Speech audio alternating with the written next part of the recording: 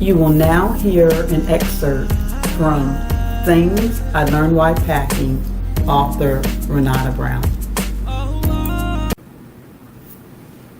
Freeze! Put your hands up! My body was still moving forward, but my brain couldn't connect with the reality that two 9mm guns were pointing directly at me. Guns attached to yelling voices with angry, disfigured faces, wearing uniform with shiny, well-polished badges that gave them permission to be at my door pointing their guns at me. This is not happening, whatever this is. How many people are in there? They demanded. Just then, my innocent, adorable 22-month-old grandson wandered out of the back room, and now the guns were pointing in his direction. How could I be living a script from the 11 o'clock news? I grew up in Long Beach, an area of Long Beach, California, where wearing the wrong color could cost you your life. I moved to Georgia with my 8-year-old son to get away from gang-filled streets. The last place I lived in California before moving to the black mecca of the South, Atlanta, Georgia, was a spacious 3-bedroom, 2-bath townhome in a regentrified neighborhood bordering a lily-white suburb. The once highly sought-after townhomes had now sadly become the haven for Section 8 tenants, multiple families living in one unit, third-generation gangbanger, and rows of drug houses. I recall the leasing agent literally telling me that they were moving out the bad element and they needed people like me to help rehabilitate the block.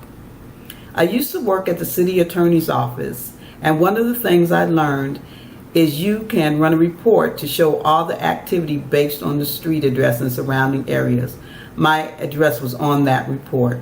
More than once, my kids and I had to hit the floor because of all the nearby gunfire.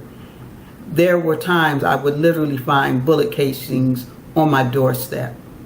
One day I was driving home from work, and as I attempted to turn onto my block, there was a barrage of police cars and TV news trucks everywhere. Even the news station in Telemundo was broadcasting live in Espanol.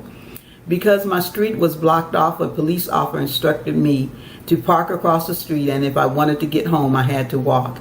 At the very end of the block was a yellow tarp draped over what looked like to be the outline of a body protruding from a parked SUV. Not the kind of thing you want to come home to, ever. Later, I would hear that the tarp had covered the bloody body of a young black male. He had died instantly after being shot in the head at point-blank range.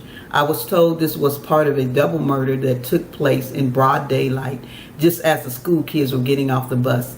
The gunman had first shot the victim in the alley. Then, when his homeboys tried to take him to the hospital in the SUV, the shooters pulled up and parked and proceeded to shoot and kill the driver. This all happened right outside of my breezeway. No more. I would not raise my son in Southern California. The irony of it all is that with everything I went through in Long Beach, I had never before heard the words freeze, put your hands up, nor had I ever had guns pointed at me by the police until now. I instinctively moved toward my grandson. The barking continued. How many people are in there? They yelled again. Fully aware that this could go very bad very quickly, I immediately responded by saying, another child and adult. How old is the child? They hollered. 10 months, a baby, I replied. I cannot share the details of the what and why. This wasn't even my house. These weren't even my circumstances. It really didn't matter. I was moving, and moving again. I'm sure there is a lesson in this.